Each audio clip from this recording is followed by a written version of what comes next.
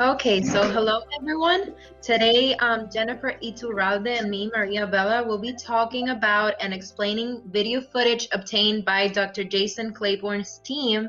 And our goal with this presentation is to explain or understand the imperiled butterfly ecology. In specific, we're going to be diving into the chow swallowtail butterfly and what are the threats of this butterfly.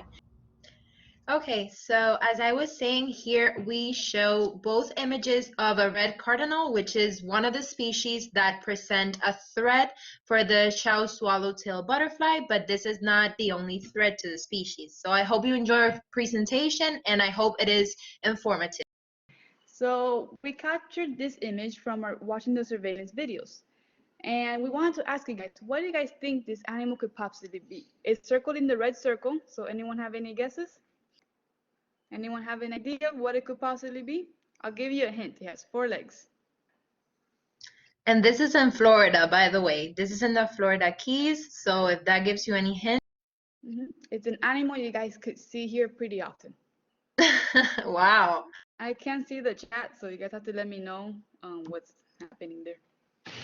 Possum, squirrel. Well, yeah, they're saying raccoon. 2 people said raccoon. Okay. That's a pretty good guess. Okay, so the answer is a possum. A possum. Yeah, so it was a possum. Possum, you guys were right. Yes. So you can go to the next slide. So another thing that we saw during the videos was, this was very surprising, but we did see a unicorn. It was hidden in the videos, very hard to see, but it was there, you know? We're joking, by the way. Yeah, that was pretty funny. So this presentation, we used a lot of Jason Claiborne's information because he has researched these butterflies for a very long time. So this is one of the papers that he wrote about it, and he worked pretty heavy on this just to kind of learn about the butterflies, learn their habitat, what makes them endangered, what type of predators are attacking them, habitats, kind of an overall of all the butterflies. So we're very thankful for him and giving us this information because it allowed us to make a better presentation and learn a lot about everything and the environment and the butterflies. Okay, so now let's talk a little bit more about how we were able to look at this footage.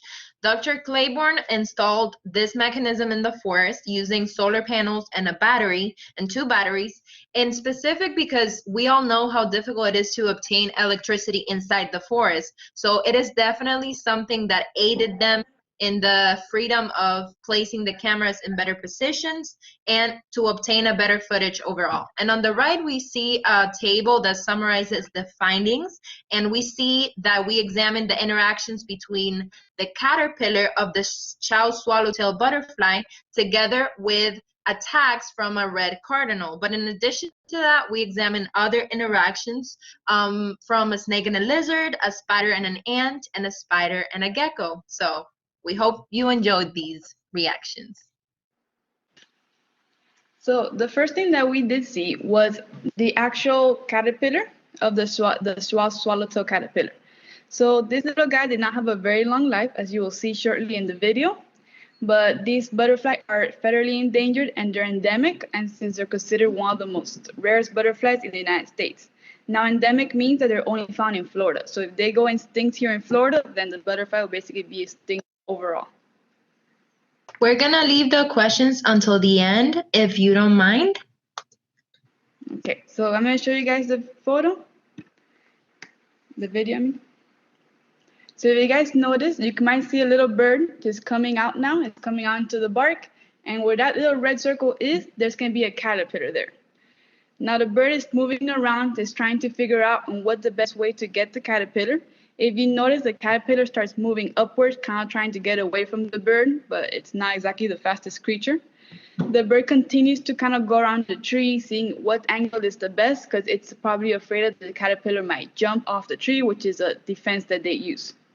You'll notice shortly now, the next time the bird's going to go on the tree, the video is going to go in, and you'll see the little caterpillar trying to move up. But there, the bird caught it, and then that's it for the caterpillar. You can see the bird then go on the bark and enjoy its good snack. So remember, those those caterpillars are endangered. Birds like these, this is a red cardinal female. They're a big predator to these little caterpillars since that's like one of their main diets is caterpillars for these birds. Okay, so why is the chow swallowtail endangered? In essence, these are four of the main elements of why they are endangered, but this also serves as why other species of butterflies are endangered also. The main one is habitat loss, but the one we are going to focus on this video is predation. And not only red cardinals are the ones that predate on this species of butterflies. Also, twig ants, spiders, assassin bugs, and others are included in this category. So we didn't just see the swallowtail caterpillars or other animals. We also saw an actual giant swallowtail butterfly. Now this butterfly is different from the shells. They're not endangered, and they're actually pretty common. But the reason that they are not endangered is because they're actually habitat generalists, which means that what they eat basically a bigger range of foods. So it kind of gives them choices to what they can eat. The swallowtail butterfly will be a habitat specialist and it will only eat certain things in the environment, which makes it harder to find its food, and in turn makes it more endangered and harder to survive. So in the video, you're going to see that on the top left corner, the butterfly is going to pass by very, very quickly. As you can see, that was the butterfly. Let's play it again one more time in case anyone wasn't able to notice it. And there's the butterfly. That was a giant swallowtail butterfly. It's common. You guys might see it in your own backyards or around Florida. So now we are going to see appeared from the right side, the middle right side, a red cardinal, which is a follow-up from the previous attack because we had two cameras set up. So this red cardinal is actually holding a caterpillar that was placed on a tree. And this is curious because they don't actually eat it. They store it in most cases to feed to their babies. And as you can see on the slide, they need over 10,000 caterpillars to feed their newborns. So it's not only Chow's caterpillars that they store, but in general, they just love these caterpillars. They're generalists also, so they predate on other caterpillars. But yeah, other birds that also predate on caterpillars are mockingbirds, blue jays. Now we're gonna see some images of the birds. But yeah, now it's storing the food in its mouth to give it to the babies. Sorry about the video freezing. For some reason, this video in particular tends to freeze. I'm not sure why. We've tried to fix it, but it hasn't gone out very well. Okay, let me go to the next slide. So we didn't just see birds and caterpillars. We also saw some pretty interesting interactions between a snake and a lizard. Now you're going to see in the video, there's going to be a little lizard right on the bark. In a second, it should circle it for you guys so you guys can see it better. But basically, the lizard is sunbathing in the bark, and the reason they do this is because they're cold reptiles, they're cold-blooded, so they'll tend to soak in the sun to kind of help them move around, and that's the way they gain their energy. So if you see, that was the little circle, that was where the lizard was, and now momentarily you're going to see a black movement in the top left corner, where there's going to be a pink arrow kind of directing you to it. You can see the snake is moving down, going lower, lower, lower. The lizard immediately ran to the side as it noticed the snake, and now you can see it kind of in the corner of the bark, waiting to see if it should jump or if the snake's going to come after it. You see the snake now is coming out. The snake is going, going, going, and it strikes the lizard. Now, the lizard did run off camera. We'll never know if the snake did catch the lizard or not. Hopefully, the lizard survived, or hopefully the snake got a lunch, whichever one you guys are rooting for. But it went off camera, so who knows what happens. Pero the snake was a black racer. Is it not loading? Yeah, it was a black racer snake, and the lizard was a brown anole. And since we couldn't see it on video, I decided to put a photo of what it looks like a snake eating one of these brown anoles. So that's kind of an image of what it should have looked like. Okay, so now we're going to see an example of a gecko with a spider. So you can press play whenever you want. In this case, not all interactions are about predation. The spider did think that it was all about predation. But you're gonna see how the gecko is just doing its thing, trying to get up to the branch, but the spider got a little scared, and it's the blue circle. So as the gecko approaches from below, the spider is going to think that the gecko wants to murder her. So the spider will run away in a pattern that is typical of when animals feel and that they're going to, die. It's going to go to the left where the red arrows are, and you're going to see the speed at which it leaves because it believed that the gecko tried to murder her, but it wasn't the case. If the gecko would have wanted to eat her, he would have probably eaten her. So sadly for the gecko, he didn't get its lunch, but it's not like he really wanted to get lunch. So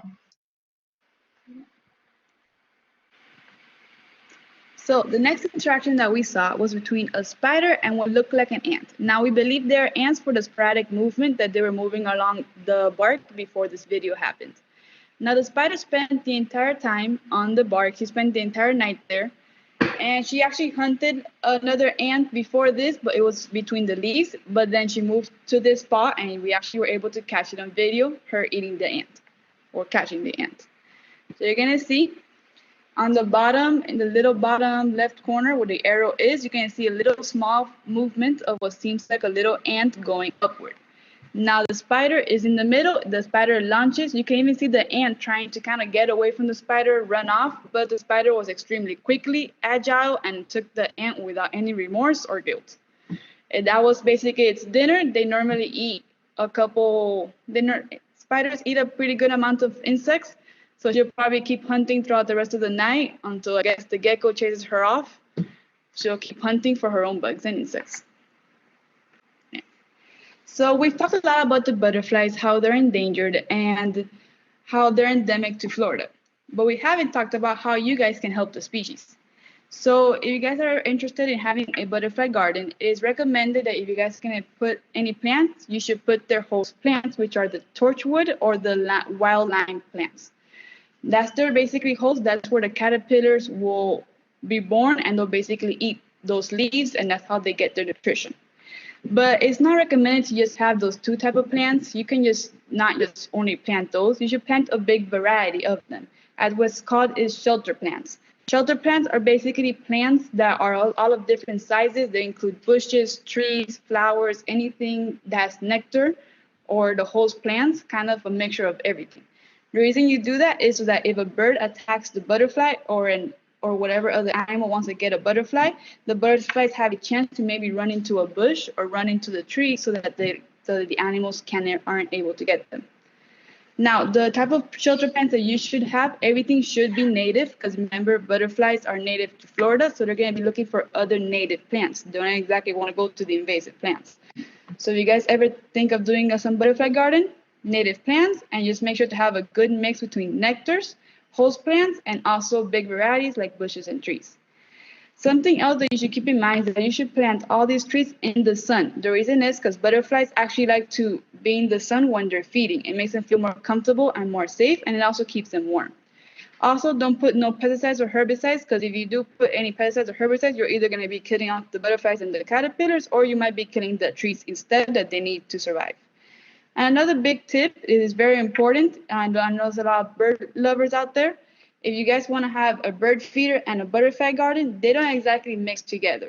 So if you really need to have that bird feeder, at least keep it as far as possible, because if not, you're just basically bringing butterflies to kind of feed the birds. And that will kind of defeat the purpose of attracting them and promoting the species.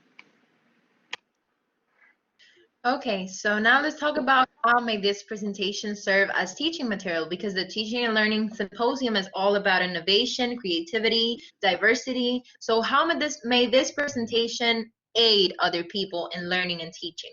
So we, as students, learned about technology, and obviously by doing this presentation, we're expanding that knowledge to other students and professors. We also learned about conservation, nature. We attempted to show you guys what goes on beyond the common, day-to-day interactions with nature. Also, we work together, Jennifer and I, and we discovered that it promotes research because we had to learn more as we investigated more. So that kind of promotes growth. And also, we learned about strategies, about how to manage cameras, because our professor instructed us on how he was able to get the images. And finally, we know that many people in the United States pay taxes yearly, and there is something called ESA, Endangered Species Act. And what this essentially is a list of endangered species in the United States. Now, the tax dollars, the US tax dollars, are allocated to preserving the species and to take them out of this list. So it is very important to know where are our tax dollars going? How are they being used? For what purpose? Why is it important? So this whole presentation talks about specifically the chow swallowtail. But now I want to ask the people in the presentation that are watching us, what other animals, what other species are on this list? Specifically in Florida. There's a pretty famous one in Florida. Do you guys know any other species that are on the ESA?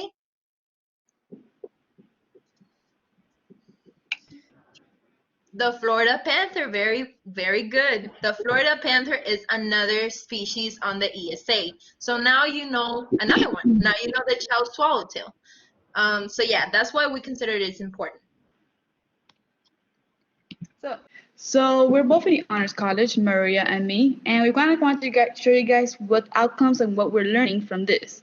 So the first thing is that we're learning to engage our community. We're doing research, we're getting knowledge, and we're sharing it with you guys. So now you can spread it to others, and we can help all together kind of help the environment, protect these butterflies, and maybe create a better habitat for all of those around, and we can co-share this entire planet. So basically, by engaging you guys, we're engaging more people, we're getting stronger impacts and striving for a whole different type of generation. Maybe you guys can now talk to the kids, the teachers, especially since it is a teaching symposium. You guys can show the students how to kind of protect the environment, all this knowledge, and they'll basically learn, okay, maybe I should do this butterfly garden. They'll bring in more butterflies, and in the whole entire ecosystem, they'll kind of help it out. Because the more species in the ecosystem, the more diversity there is, and the more diversity, the healthier the planet.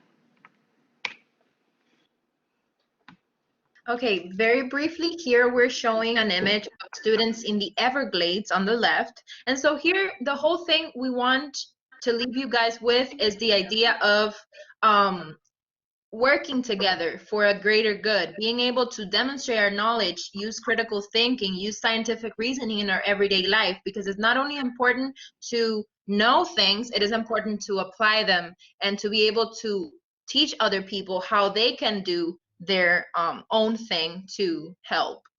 Is there a site? Oh, sorry. Go for it. I'm reading one of the questions on the chat. This is the citations, by the way. Leslie asked, is there a page or site that provides recommendations for native plants that attract butterflies? Oh, so actually looked up a list a while ago, and some of the plants that you guys can plant in your backyard are actually some called the blazing star, another one called the honeysuckle or beauty berries. The beauty berry is more like a tree, so it's gonna help with the bush aspect. And then the blazing stars are like flowers that have nectar, so they'll help to attract the butterflies too.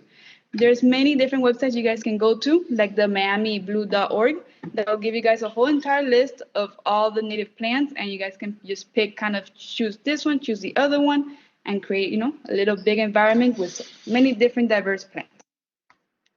Now, Beth asks, how far away should bird feeders be from a butterfly garden? We have bird feeders, but plenty of land for a butterfly garden. So they should be as far as possible. Like as far as because the thing is, imagine the butterflies come to eat, the birds are going to be in the area, so they will try to get the butterflies. So at least as far as possible, if you want to have both. There's not really any set. We do want to accentuate the idea that you guys can read a lot more about the chow swallowtail by Dr. Claiborne. He's a specialist in this type of species. He's done a lot of research, so we suggest that you go check it out. Okay. Thank you. Yeah. There's not an exact amount of space you need to have. It's just kind of try to prevent the birds from being in the area. That's all you can really do. No problem. Maybe you guys can spread like one bird feeder per acre, or maybe have like 2 acres with the bird feeders and then the rest for the butterflies. Something like that could work out. You guys have 5 acres. It's a lot of land. Nice. Okay, thank you guys. I hope you enjoyed the presentation. I hope you guys were able to learn something and protect the environment too. Have a good one. Thanks, everyone. Thank you both for this amazing presentation and for the work that you're doing with Dr. Claiborne. This topic is so very interesting. And thank you all for attending this presentation as well. It's always great to see MDC students, actively participating in research and presenting their findings and doing so much for South Florida. So once again, thank you all. We have our closing presentation coming up. So Mateus has posted the link. So we have our last workshop. You can get the information on the link that he just provided. Thank you all. Has been wonderful seeing everybody so active and engaged today. And great job to the both of you. This is great work. Thank you. Goodbye. Thank you. Have a good day, everyone.